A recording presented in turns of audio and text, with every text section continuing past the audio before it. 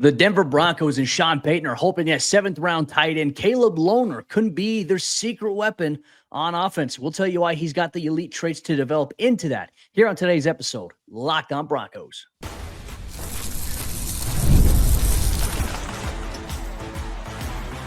You are Locked On Broncos, your daily Denver Broncos podcast. Part of the Locked On Podcast Network, your team every day.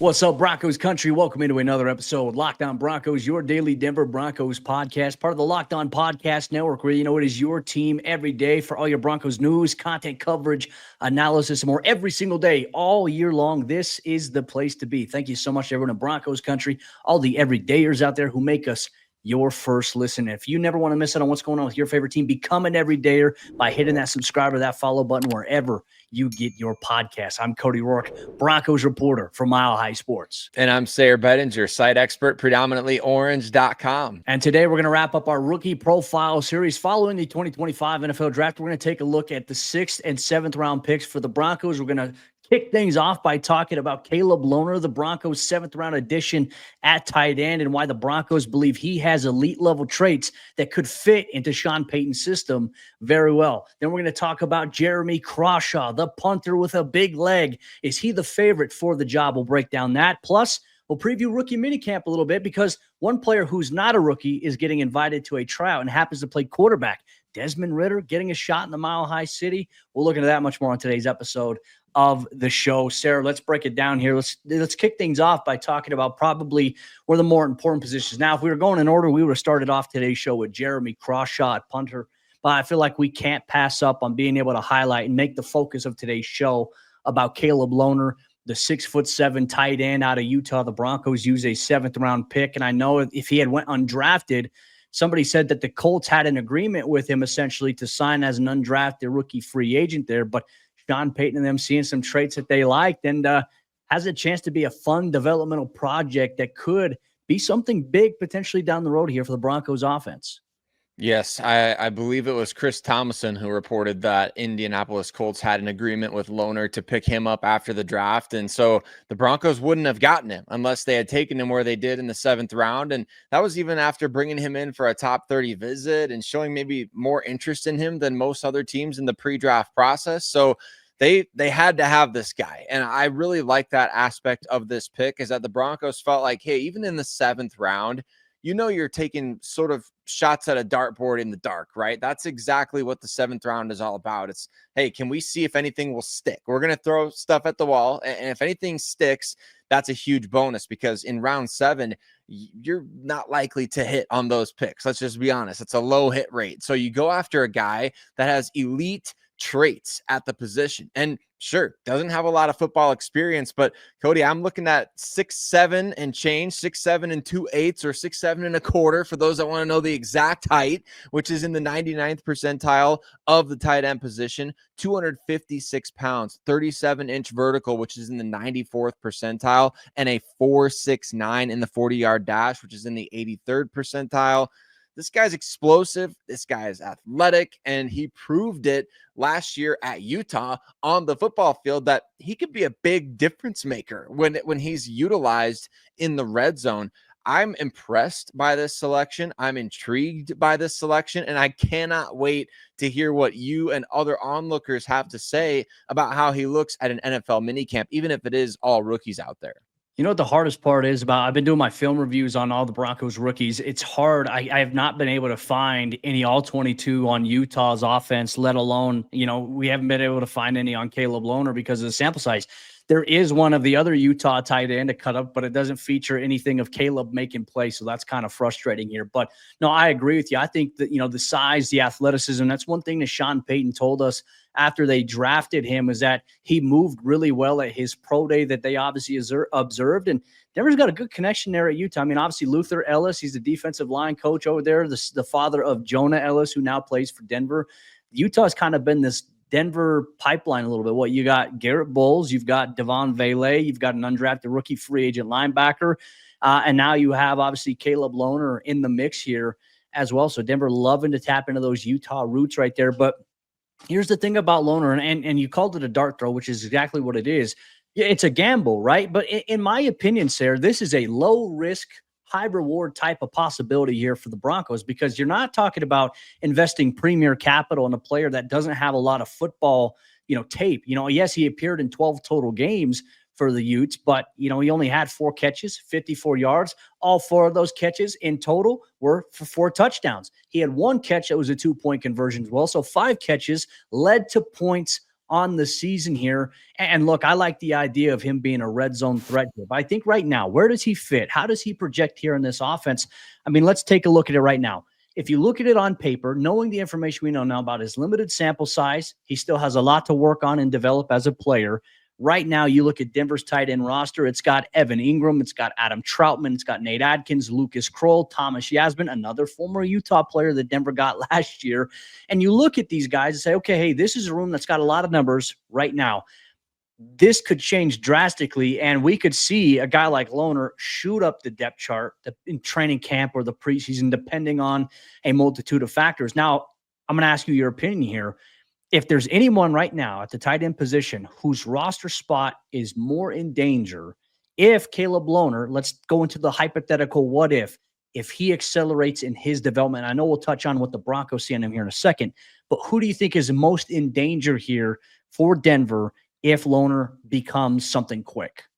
I think it's Lucas Kroll, right? Who was supposed to be the breakout guy last year as that top receiving option. And to his credit, he did lead the tight ends with 19 receptions. That's just not good enough in today's NFL, right? So you had a golden opportunity last year. That's not to say that Lucas Kroll is just going to back down and drift into anonymity this offseason. He could very well have a great offseason and progress as well. But I think he's the guy who poses, he's got the biggest target on his back with the addition of Caleb Lohner, because you already have 2 guys in Nate Adkins and Adam Trautman who are your primary blocking guys at the tight end position. Then you add Evan Engram, who's going to float all over the offensive formation, but he'll be grouped in with that tight end position, right? So that's the top 3 as of right now. And I don't think those guys are going anywhere. I think the Broncos could keep 4 tight ends, though, with Lohner in the mix. And I think Lucas Kroll would be that one guy that you would say, hey, he's definitely on the outside looking in after this draft pick. Well, I think another thing to look at, certainly a possibility when it comes to the depth of this position, I still think that Nate Adkins is going to end up competing with Michael Burton for that fullback job. I think that's going to be one of those possibilities, because he really was a hybrid guy, Nate Adkins was. He's brought in initially to play fullback, moved a little bit to tight end. He does play special teams. But, obviously you re-signed Mike Burton, but that's not necessarily a guarantee going into 2025. Like it's, hey, you're coming back on a 1-year deal and you're going to compete. I think Nate Adkins and Michael Burton will compete there, which will probably open up a spot here, for another tight end spot. And obviously Thomas Yasmin will not count against the Broncos roster if he makes the 53, but he also won't count as, one of the allotted 16 spots on the practice squad either. If he does get cut, clears waivers, comes back to Denver here because they received the player designation on him. I'm very curious to see how this goes, but here's how I think he can get on the field right away as a rookie. I mean, Sayre, you mentioned his size at 6'7". Like, can you imagine Evan Engram, Caleb Lohner in a 2 tight end set with Cortland Sutton, Devon Vele? I mean, even factor in other guys too, like Pat Bryant. Like, you want size in the red zone? I like this as a possibility here. Why not experiment a little bit? Throw Caleb Lohner out there, have him go post up against a smaller defender, run a vertical seam, or heck, you can even run an out route and then box out a defender if you throw the ball to the right place to the outside. That's a way he can get on the field right away. He's going to have to play some special teams, which, he did have 1 blocked kick at Utah last season.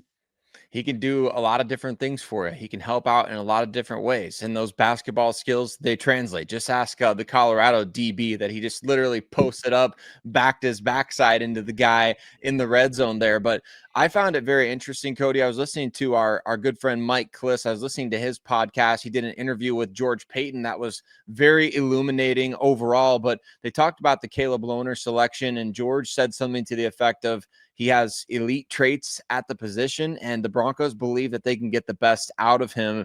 And to me, that indicates that this is one of those guys that you're willing to draft and stash on the roster. Not to say that he won't make it to the practice squad, but I think there's going to be too much interest and intrigue out there from other teams to develop. Like the Colts have done this recently, right? With Mo Alley Cox, a team that, had an agreement to sign him. They have developed a basketball guy recently under their regime. So I feel like there's going to be too much interest out there to try to cut him and sneak him onto the practice squad. So Broncos better be sure if they send this guy to waivers that they're okay not getting him back. And so I think just what George Payton said, the way the Broncos have talked about him, Sean Payton is the one who mentioned the name Jimmy Graham, right? It wasn't just like fans, or it wasn't just people trying to create headlines. Like Sean mentioned the name Jimmy. So I think that with that, this is a guy that they're willing to say, hey, we will draft and stash this guy on the 53. You see it every year. There's guys who make it to the 53. They never play. They're just there because the Broncos want to develop them. Frank Crum was a guy like that last year. I think that's going to happen here with Caleb Lohner. Well, and I think another thing to watch for, he just signed a 4-year rookie contract as well, as reported by our good friend Chris Thomason of the Denver Gazette. 4 years. I think he's going to count around $837,000 towards the cap this year. So a really significant low cap here. Probably not even an account towards your top 51 on your roster, essentially, in terms of cap impact. So he's going to make the 53-man roster. If they've invested a draft pick in him, they want to see him become something, and they're going to give him the time, I think, to develop and do just that. So we'll see how it all plays out. But Broncos Country, want to know your thoughts on whether or not Caleb Lohner, in your opinion, could end up being the secret weapon here for Sean Payton and the Broncos offense. But we're not done just yet, Broncos Country. We're going to break down the Broncos' big booming leg here in the Mile High City. They drafted, a punter. We're going to talk about Jeremy Crawshaw and why he's the favorite in the competition that's going to take place with veteran Matt Haack here on today's episode, Locked On Broncos. Today's episode, Locked On Broncos, is brought to you by our friends over there at the Game Time app. And there's nothing like the atmosphere of an NBA playoff game. Every bucket, every defensive stop, every moment feels huge. We've had a couple of buzzer beaters, some thrillers in round 2 of the NBA playoffs, and it's electric in the arena. And with Game Time, you can be part of it without the stress of last-minute ticket hunting. Game Time makes it fast and easy to get those playoff tickets, even when the demand is going to be sky high, right? So prices, they actually, on the app Game Time, they go down as tip-off gets closer, and their last-minute deals can save you up to 60%. Imagine saving 60% on tickets right before a game. That's huge, especially with the NBA playoffs ongoing. You can apply that when the NFL season is here. But I also like their all-in pricing feature, which shows you your total up front, so you're not hit with any surprise fees when you check out. Plus, you can see what the vantage point from your seat is going to look like inside the app. So take the guesswork out of buying tickets with Game Time. Download the Game Time app, create an account, and use code LOCKEDONNFL for $20 off your first purchase. Terms apply. Again, create an account and redeem code LOCKEDONNFL for $20 off. Download Game Time today. Last minute tickets, lowest price guaranteed. We talked about the Denver Broncos having a Utah pipeline in the first segment of today's show, but you know what? There's a pipeline coming to the NFL out of Australia. The punters that are coming out of Australia, and these guys can get the job done. And the Denver Broncos, they drafted a punter this year. We're going to tell you why he's probably a lock to make this roster in a competition with another veteran who has experience kicking for Darren Rizzi, the Broncos special teams coordinator. But Broncos Country, thank you so much for making us your first listen of the day every single day. We appreciate you so much. You know your boys Cody and Sayre got you covered here. Broncos approaching rookie minicamp. The NFL schedule release is next week. The NFL offseason, it's in full swing. So hit subscribe so you don't miss a single episode of the show. Let's talk about punters, Cody. Every year we get to do this a couple of times where, we have a punter competition or you bring in a new punter. This is probably the most fascinating move that you can make at punter, short of, signing a free agent to, I guess, a big money deal or maybe even trading for a guy. But drafting a punter, I think, is probably the most maybe significant investment you can make in that position, because as we said with the Caleb Lohner selection, you're trying to find guys on day 3 that have upside. You want those low risk, high reward. I'm going to go ahead and put this out there. I think that drafting a kicker or a punter is one of the biggest risk, like the high risk, potentially low reward moves that you can make in the NFL draft, which I think speaks to how much the Broncos think of this guy, Jeremy Crawshaw. Yeah, and look, I think the thing that stands out about Crawshaw is, he's got that rugby background, and we talk so much about it. In the NFL, like 4 or 5 years ago, you really started to see this emergence of, oh, this guy played rugby, and I think we all suddenly it's like a buzzword, a phrase like, oh, there's a punter, he's a former rugby player. All right, this guy must have a big leg, but Crawshaw actually has the experience at the college level, 4 years of experience kicking for Florida, where you see the sample size, you're like, all right, this guy isn't just a gimmick in terms of that, because some guys can be a tryout player. I can't remember who the Broncos had a few years ago that had a rugby background that they brought in on a tryout basis for punter. The name is escaping me. It's going to drive me nuts. So if anyone knows it, make sure you drop it in the comments if you remember exactly what I'm talking about here. But the thing with Crawshaw is he's going to come into the mix and compete right away with a veteran player who also has experience with Darren Rizzi. Matt Haack signed a deal this offseason, a 1-year deal at that. But the thing that concerned me at the time of the punter market after Riley Dixon departed, we were looking at free agents. We're like, wow, there wasn't anyone that really stands out. There are a couple of veteran names, but everyone's in their 30s, like mid-30s at that point. You're like, do you want to bring in a 30-something-year-old punter, or do you want to look at some of the younger guys? Jeremy Crawshaw is perceived by many to be one of the better punters that was available in this year's NFL draft cycle, though, as you mentioned, there is that risk associated with using a draft pick on a punter or a kicker, but we've seen it work out for teams like the Detroit Lions. We've seen it work out, I think, for a handful of other teams. The name is escaping me as well, who a team drafted some kicker, and he became probably one of their premier guys. I think in San Francisco, didn't they draft Jake Moody? And I think they did. Yeah, that's the one I was thinking about. Then Moody has obviously had some ups and downs in San Francisco, as we have seen the last couple of years. But to get back to my point, Crawshaw, I think, has more upside right now. He's the early favorite on paper. When you look at where he's at compared to where a veteran like Matt Haack is at, like Matt Haack appeared in just 5 games since 2022, right? In 2022, he had a full 17-game slate with the Indianapolis Colts. And then he had a couple of games in 2023 and a few games last year. So for me, there wasn't a high demand for a punter like Matt Haack at this point. But you talk about the rugby background. This guy, Crawshaw, he can boom it at altitude, but the question is, can he do it consistently? That's the thing that the Broncos have been trying to find. And I thought Riley Dixon did a pretty good job last year outside of a couple of games down the stretch. Yeah, pretty good job over the last couple of years for Riley Dixon, really. And I think that kind of consistency from him the last 2 seasons was what the reason the Broncos tried to re-sign him, right? And then they missed out on somebody else in free agency. I can't remember who that was at this point, but I know they tried to bring in Riley Dixon and at least one other guy before they settled on Matt Haack and then turned to the draft. And in the draft, sometimes you do have to take these guys to just make sure that, hey, we believe this guy can be a huge difference maker for us.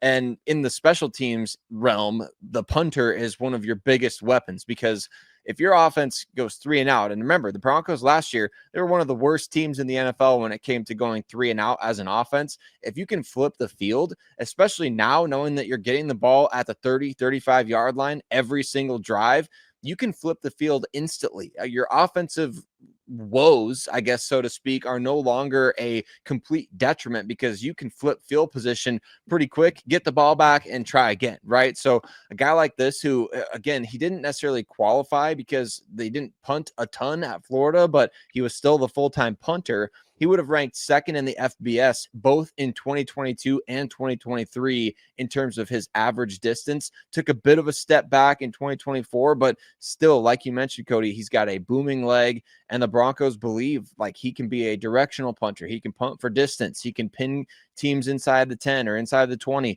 They believe all those things about him. So to me, that indicates, again, just like with the Caleb Lohner selection, you're saying we believe this guy can do it eventually. We're going to live with the lumps, and we're going to live with kind of the growing pains, for lack of a better term, while we wait for him to develop into those full strengths. I feel like you don't draft a punter without him at least being the favorite to go out and win that job. Like, you really believe, like, hey, Darren Rizzi has worked this player out personally, has met with him, has had lunch with Crawshaw in the draft process there. So to me, it just makes sense. Like, hey, we're going to have a veteran guy just to have it in the event. But ideally, they want Crawshaw to be the guy for the job, which isn't bad. 46.4 career yards per punt.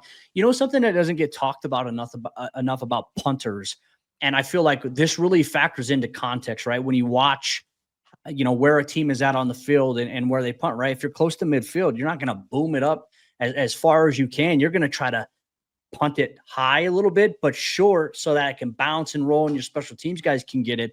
So that can also alter your yards per punt attempt when you look at it in the overall data, right? So we can look at stats and let's say there was a game, like I think this was the case with Riley Dixon. Some people are like, oh, he only averaged like 42 yards per punt in this game. Well, the context of that is he had 4 punts and of course he didn't have a lot of yards, but all 4 of those punts bounced inside the 20-yard line, right? You're talking about the changing of the field position game. They believe, as you mentioned, he can be a good directional punter. I think so much of that is beneficial in today's NFL, especially depending on what hash you're on. And if you have a really good coverage unit with your gunners on the outside, you can really try to pin guys deep and force maybe tough returns. There might be a time where you want a returner to return the ball because you feel like you have the perfect coverage. So if he catches it, you can at least tackle him for a short gain. And maybe you get a guy to risk bowling it out wide and then he goes backwards and your coverage team chases. And now it's, a -3 yard return. Those are the things that are going to factor into so much of the decision-making there. But I think that's something that doesn't get talked about enough with punters. We'll highlight that here on today's episode of the show. But Broncos Country, let us know your thoughts on Jeremy Crawshaw. If you had a chance to see some highlights there of him and also what you think about his competition with veteran Matt Haack.